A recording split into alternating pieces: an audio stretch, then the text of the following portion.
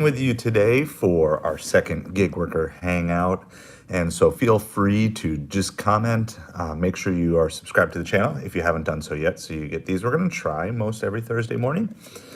It's a morning that I generally have quiet and to myself and kind of take usually that off from delivery. Not every single week, but anyway, wanted to talk today about making an attitude shift. And I'm kind of using it based off an argument that a lot of gig drivers make in these groups, Facebook groups and different things. So a lot of gig workers, drivers, delivery people say, hey, we are a premium service. This is why we deserve to be tipped well. This is why all these things that we are this premium service. And so one of the areas that I want to encourage you in, and we'll talk about this a little bit more here as we go in, but if this is a premium service, if you consider what you are offering is a premium service, then you need to be a premium servant. Okay. And when you realize it, we don't really think of we don't want to think of ourselves as being I'm a servant, right? We think of that as a negative connotation. But if you are working as a service worker, you are serving other people, you are a servant. Now, you're willfully serving. Maybe in one context you're not willfully serving because you just need to make the money or whatever, but you are entering this agreement to deliver for these gig apps at will. It's your choice to do so. And so when you choose to do so, if you consider this a premium service and you want to have you want to be saying, yes, this is premium, then I want to challenge you today to become a premium servant, to take things to the next level. So if you think like, okay, I think the easiest way to compare this is Instacart. Okay, Instacart is definitely to me probably the most premium of the major platforms that we deal with, because you're not just picking something up and delivering it, you're actually shopping for someone. And with some of these orders, they can be fairly large orders. They can be 30, 40, 50 items. And it may take an hour or even 2 hours of your time to do some of these deliveries. So you can address this as, one, I'm just going to get this done as fast as possible. I'm not going to worry about things. If they make a mistake in what they ordered, it's their fault. You can do that, and you'll probably be fine. But I think that we can do better than this, and I try to do better than that as well. So I look for ways and opportunities to take this situation, take the opportunity to bless people in the best way possible with whatever order that I'm serving them. Now, does that mean I get it all right? Absolutely not. I don't have all 5-star ratings. I think I have 3, 4 stars right now on Instacart. The rest 5 stars. But one of the things that I find is, and I hear this consistently, and I don't even shop for Instacart as much as many of the shoppers in my area, but I consistently hear that was the best shopping experience that I've ever experienced. I got just the other day, it's coming in my video that I'm going to be working on here. You're the best shopper I ever had. And this was someone who had hundreds of orders delivered. No, do I really think I'm the best shopper out there? Not a chance. But I do think that I try to provide one of the best service experiences that anyone does. I'm not the fastest shopper. I see some of the shopping times that people post on YouTube, different things. The only way I can do that is pre-shopping. And I do think there is a value in pre-shopping because it kind of trains the algorithm that you're faster at those stores. But I try to provide just a premium experience. And that involves things like thinking logically about replacements, thinking logically about, hey, if I were the customer, can I put context around what they're ordering and why they're ordering it? So last week, someone was ordering a bunch of different ingredients that I could say fairly certainly were St. Patrick's Day cookie ingredients. And the last part of those ingredients was green sprinkles. Okay.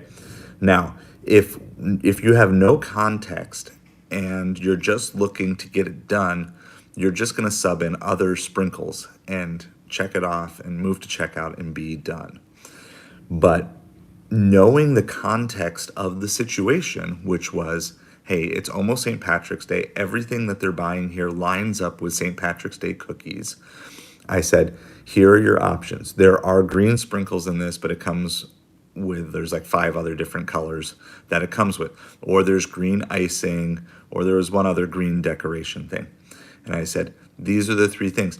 Because the goal of their purchase was not green sprinkles. The goal of their purchase was St. Patrick's Day cookies. And by understanding what the customer wants without even having to ask them, they were able to make the decision as to what they wanted, which in this case, they chose the 6 different colored sprinkles that had one section of green sprinkles in it, because that's what they wanted. Now, other people might just sub in, or they might just say, well, there's no green sprinkles, so there's nothing. I'm looking for the context of what they're going. And now, so coming into this upcoming week, next week is Easter week, right? So having some context as to the types of food that people will generally be preparing for Easter, right? A lot of people want Easter hams. And so a lot of people do potatoes, cheesy potatoes, brunch foods, right? The more you understand the context of what your shopper is trying to purchase, the more you'll be able to make good decisions for them. All right, down here, we have a chain of grocery stores called Publix. I know many of you are familiar with Publix stores. They have buy one, get one free. And a lot of people are always looking and say, well, if they only order one, should I just get them one? It's their responsibility. Yeah, sure, it is their responsibility. But have you ever made a mistake? Have you ever gone to the store and forgotten something, or realized too late that you didn't get the buy one, get one free yourself? When you look for other people and you put their eyes on, maybe they didn't realize it. Maybe they thought they put in 2 in their app.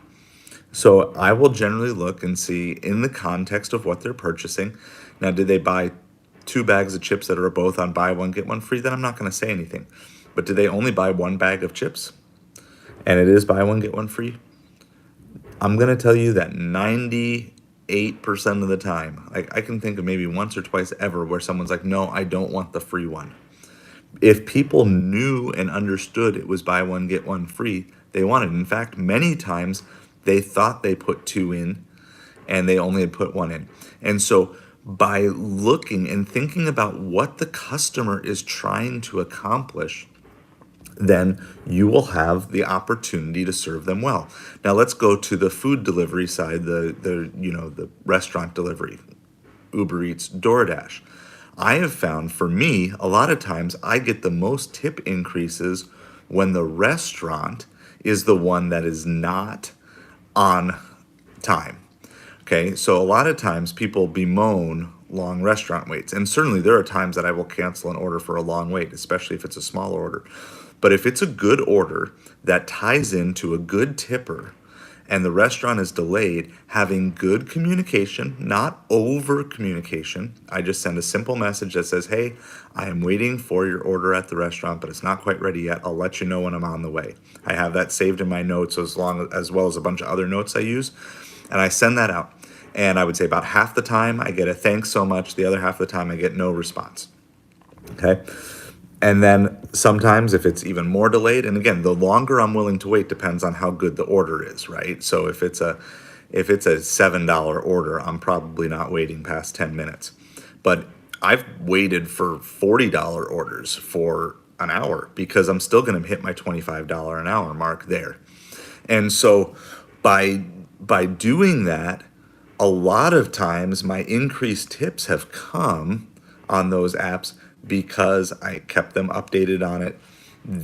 Because I told them I'm at the restaurant, they know I'm not just slow in getting there. They understand that I'm waiting for them. I'm providing a premium service, right? I'm waiting for their food for them. I am providing a premium service experience for them. And a good portion of the time, it's not 50% or 60%, but 30% of the time, I would say maybe 25 to 30% of the time, I end up getting increased tips when I keep them in the loop about an order that's being delayed. And so this whole idea is put yourself in your customer's shoes. And what I like to encourage you is to say, okay, have you ordered on any of these apps? Because I have. And I can tell you, as a customer using these apps, waiting for deliveries, my mind is blown by how poor of a customer service experience I have received from that side. And that is what makes me want to be better on the delivery side. Okay, so I shared this, I think, in another video, but one time we ordered Instacart, and when they came to drop off the groceries, they literally backed up onto my lawn. They backed up onto the lawn, dropped everything off, like just drove right on the grass. And, so when you experience these things from the other side, and this is why I would encourage you, you don't have to do it all the time, but just for your own sake, order from these apps every once in a while, once every couple of months. Order from these apps, see what sort of customer service experiences you receive. And it gives you a little taste of the competition that you're going up against, not in a negative sense, but you're going to see if you order restaurant food very regularly, at least in my market, you're going to get your food cold because a lot of our drivers don't use hot bags. The number of restaurants I go in, pizza places that I go in, where they're amazed that I use a pizza bag, it's a lot. Most drivers are not, and there's no reason. If you're getting pizza from a pizza restaurant, bring your pizza bag inside, because a lot of times they have it hot there. Put in your pizza bag, service experience, right? Because I want premium customers. I want premium feedback. So then how can you be?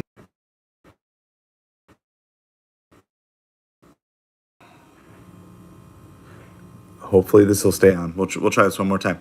So when you put yourself in those shoes, I would love to hear, what are things that you do to make it a premium service experience for your customers? Now, if you're in the category of like, I'm not really worried about this isn't anything, and you just want to, you're all about speed, right? Most gig workers are all about speed. On this channel, we want to be about something bigger and better, because our goal is not to be gig workers for life. Our goal is to use this as a stepping stone to move us from where we are to being self-made millionaires. That is I have a long ways to go, and maybe you do too. But I believe that the way and the journey to do that is not by getting through 2 extra orders a day because you're going super fast. I think the way to do it is by blessing people and giving them that next level. Because you might get 2 more orders in because you're going fast, but maybe you lose a tip here or there, or maybe you don't get an increased tip that someone who's instead going slower is able to get that because they've provided that. So premium service equals being a premium servant. And so I want to challenge you this week to think of ways that you can up your game in being and providing a premium service experience to the customers that are coming to you. And so step it up, challenge yourself to find a way.